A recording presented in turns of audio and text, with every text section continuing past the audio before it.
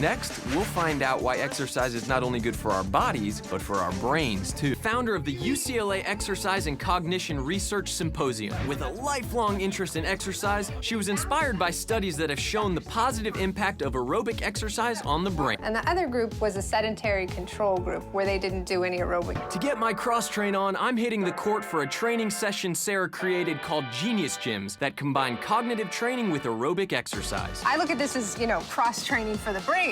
So the first game we're gonna do is called Visual Feature Search. This is something we do every day, like if you're scanning a crowd to find your friends, something like that. And also, it's absolutely integral in tennis when you're trying to keep your eye on the ball and not get distracted by other things that might be going on at the time. We're gonna have an array of 6 lights that you're gonna see. You're gonna need to find the light that doesn't have the middle lit up. And then I want you to keep up that aerobic intensity. So I want you to do steam engines, these cross-body movements. You're connecting the 2 hemispheres of the brain. When you move your left arm, it's activating the right side of your body, and the opposite for your right arm and your left side of your brain. Sarah uses a tablet and heart rate monitor to track heart rate, reaction, and speed time. With exercise, there's a lot of things that are happening in the brain. It's not just one singular system that's at play here. One actually being the increase in neurotrophic factors, which you can think of as being like miracle grow for the brain. Like you sprinkle them in, and they actually help the brain grow, making the brain more efficient. I'm getting tired already. Now you really got to push your brain, too. There was an interesting study that was done that looked at trained athletes versus novices at a sport. What they found was the novices to the sport, they actually shut down the front part of their brain. We call it transient hypofrontality. Kind of getting into a state where,